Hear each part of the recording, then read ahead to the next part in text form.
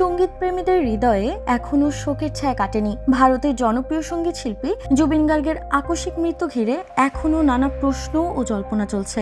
এবার সামনে এলো নতুন বিস্ফোরক অভিযোগ।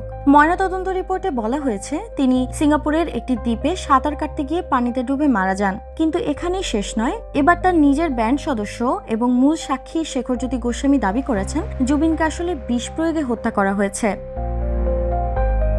শেখরজ্যোতির অভিযোগ, প্রয়াত শিল্পীর ম্যানেজার সিদ্ধার্থ শর্মা এবং আয়োজক শ্যামকানু মহন্ত পরিকল্পিতভাবে তাকে হত্যা করতে পারেন। পুলিশের জেরায় তিনি জানিয়েছেন সেদিন জুবিনের সফট ড্রিঙ্কসের ব্যবস্থা তিনি নিজেই করেছিলেন, কাউকে তাতে হাত দিতে দেননি। অথচ আচরণে সিদ্ধার্থ শর্মা ছিলেন ভীষণ সন্দেহজনক।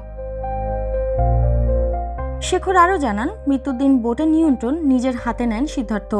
মাঝ সমুদ্রে গিয়ে বোট হঠাৎ টালমাটাল হয়ে পড়ে। সেই সময় জুবিন পানিতে নেমে শ্বাস নিতে পারছিলেন না। ঠিক তখনই নাকি শোনা যায় সিদ্ধার্থ চেঁচিয়ে বলছেন, যেতে দাও যেতে দাও।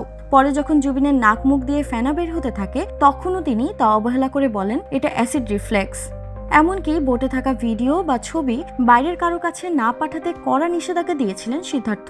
এতে প্রমাণ লোপাটের সন্দেহ আরও গাঢ় হয়েছে। এক্সট্রিম মশার কয়েল প্ল্যান্ট ফাইবার দিয়ে তৈরি, ডেঙ্গু, চিকুনগুনিয়া বাহি সহ যে কোনো মশার বিরুদ্ধে দেয় এক্সট্রিম সুরক্ষা।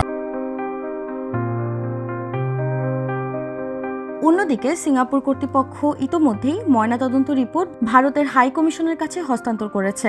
যদিও রিপোর্টে মৃত্যুর কারণ হিসেবে ডুবে যাওয়া উল্লেখ করা হয়েছে, তবে তদন্ত এখনও শেষ হয়নি। এরই মাঝে 4 জনকে আটক করেছে সিঙ্গাপুর পুলিশ।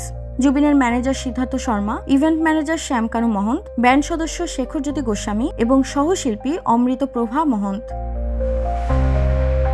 জুবিন গার্গ ছিলেন দক্ষ সাঁতারু, তাই স্বাভাবিকভাবে ডুবে মারা যাওয়া অনেকের কাছেই অস্বাভাবিক মনে হচ্ছে।